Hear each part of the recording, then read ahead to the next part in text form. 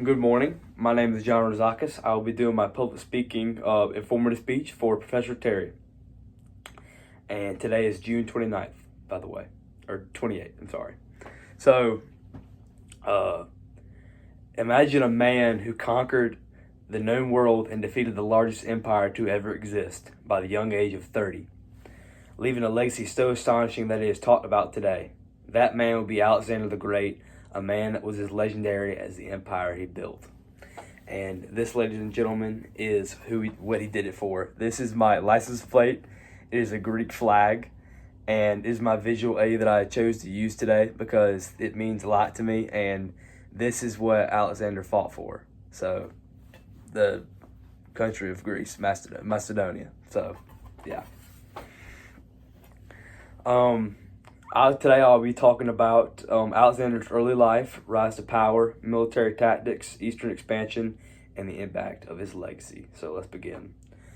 All right, first preview, early life, or first body, I'm sorry. Early life and rise to the throne. Family background, he was born to Olympia and Philip II of Macedonia, the king. And he grew up with them, raised by them. And when he was born, Philip II of Macedonia wrote to Aristotle. Aristotle was very, very vital in Alexander's upbringing and teachings of philosophy, military, all that good stuff. So my first source that I'd like to bring in is in the book History of Alexander the Great by Monroe Kirkman from 1913. He states that on the birth of Alexander the Great, Philip is said to have written to Aristotle as follows: "Know that a son is born to me. I thank the gods not so much for the birth of the child as that he is born while you are alive. It is my hope that being brought up and instructed by you, he may be worthy of me and my empire." So that basically shows you that Philip was not very confident in Alexander to begin with. Philip was a very tough father on Alexander, and he basically just showed it in that quote by Mr. Kirkman. So Alexander's path to the throne is that Philip II was unfortunately assassinated by one of his allies, and that brought Alexander to become king. Philip did not really think Alexander was going to be the king after him because he divorced Alexander's mom and had a new child, but he got assassinated. So yeah, Alexander became king by unanimous decision by everybody. And his early ambitions were that or I'm sorry, let me say my second. Let me say my second one as well. My second source. So in the Britannica Encyclopedia website by Frank Wallbank from 2024, it states that in 336 BC, however, on Philip's assassination, Alexander, acclaimed by the army, succeeded without opposition. He at once executed the princes of Lyricus, alleged to be behind Philip's murder, along with all possible rivals. So after Philip was killed, Alexander took out everybody that killed him. And after that, his early ambitions were, at the young age of 20, was to take over Persia, conquer them. So my next point that I want to get into is the war against Persia and King Darius III, who was the ruler of Persia at the time. Alexander did not really care about King Darius that much. Or killing him. It was more about conquering all of Eastern Europe, which he, foreseeable future, did. So, King Darius fought Alexander a lot, many years, and had a bunch of key battles, like the Battle of Issus, which is a major battle where that was the first big battle where Alexander defeated Persia, and they were like, "Oh shoot, like we might have to really put our effort into this."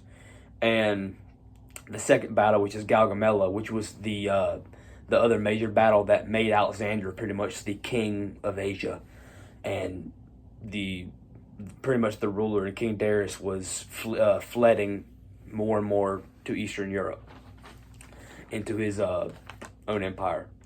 So my third source that I like to get into is in the book Alexander the Great by Ian Worthington from 2002.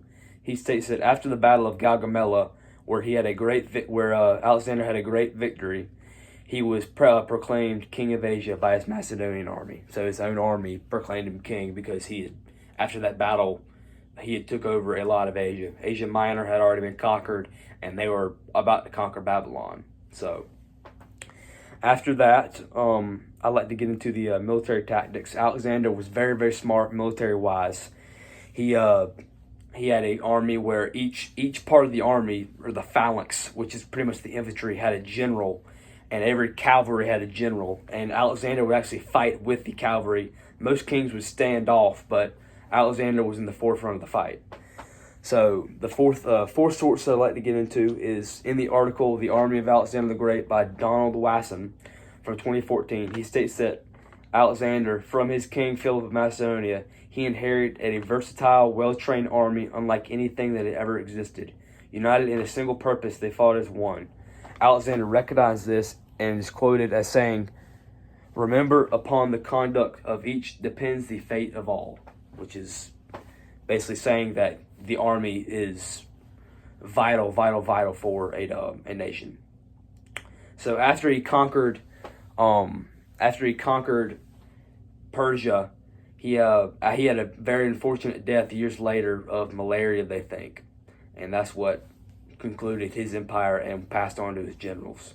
So Alexander's impact was vital for Greece, and he's talked about today for it, which is why I really wanted to talk about this, because I'm very passionate about Alexander the Great, and I think he is one of the greatest rulers to ever conquer the world. And today I have reviewed Alexander the Great's early life, rise to power, military tactics, and his eastern expansion and legacy. So I'd like to close off in this conclusion. As I close out the speech, I cannot do anything but thank one of the greatest leaders of my ancestors. Alexander's bravery and determination to make Greece the greatest empire on earth brings me chills. If I could tell Alexander one thing, it would be long live Hellas. Thank you so much.